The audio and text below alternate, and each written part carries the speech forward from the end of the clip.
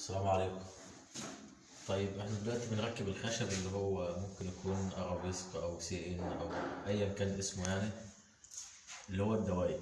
طبعا الدواير ده فيه صعوبة في التركيب بتاعه، فاحنا بنقسمه نصين اتنين. اول نص بندخله الاول كده،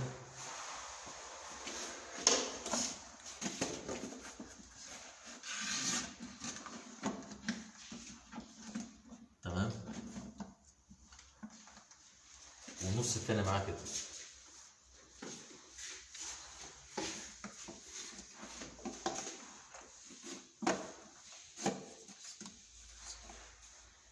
كمان دقيقة.